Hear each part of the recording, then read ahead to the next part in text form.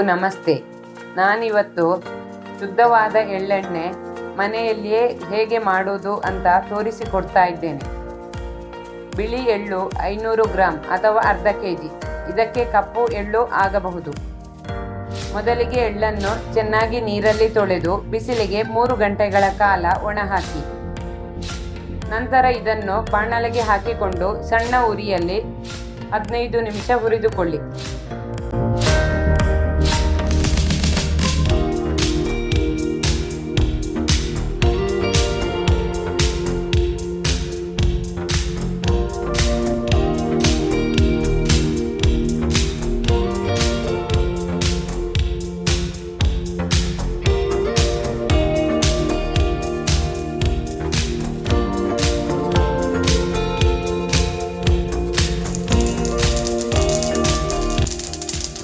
ಎಳ್ಳಿನ ಪಟಪಟ ಶಬ್ದ ಬರುವಾಗ ಗ್ಯಾಸ್ ಆಫ್ ಮಾಡಿಕೊಳ್ಳಿ. ಸ್ವಲ್ಪ ಆರಿದ ಮೇಲೆ ಮಿಕ್ಸಿ ಜಾರಿಗೆ ಹುರಿದಿಟ್ಟಿದ್ದ ಎಳ್ಳನ್ನು ಹಾಕಿಕೊಂಡು ಪುಡಿ ಮಾಡಿಕೊಳ್ಳಿ.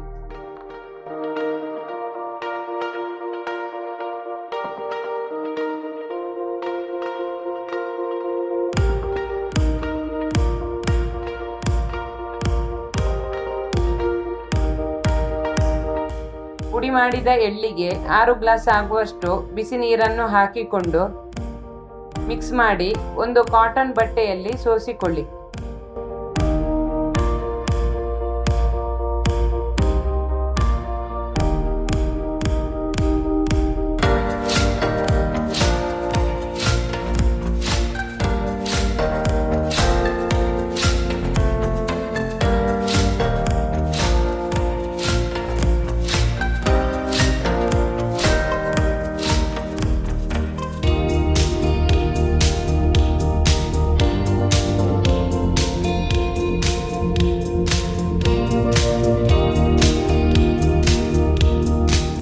ಸೋಸಿದ ಹಾಲನ್ನು 40 ರಿಂದ 50 ನಿಮಿಷದವರೆಗೆ ಮಧ್ಯಮ ಉರಿಯಲ್ಲಿ ಕಾಯಿಸಿಕೊಳ್ಳಿ.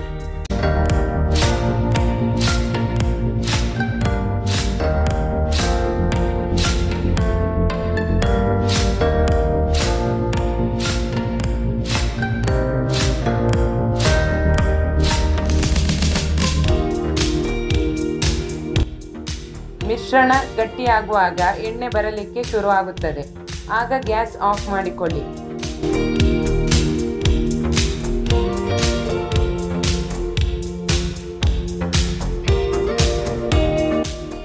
ಈ ಅರ್ಧ ಕೆಜಿ ಎಳ್ಳಿನಲ್ಲಿ 5 ರಿಂದ 6 ಚಮಚ ಎಳ್ಳೆಣ್ಣೆ ಆಗಬಹುದು. ಮಿಶ್ರಣ ಆರಿದ ನಂತರ ಒಂದು ಸ್ಟ್ರೈನರಲ್ಲಿ ಮಿಶ್ರಣವನ್ನು ಹಾಕಿಕೊಂಡು ಕೈಯಲ್ಲಿ ಹಿಂಡಿಕೊಳ್ಳಿ. 2 ಸಲ ಸೋಸಿಕೊಳ್ಳಿ. ರುಚಿಯಾದ ಪರಿಮಳಯುಕ್ತವಾದ ಮನೆಯಲ್ಲಿ ಮಾಡಿದ ಎಳ್ಳೆಣ್ಣೆ ರೆಡಿ.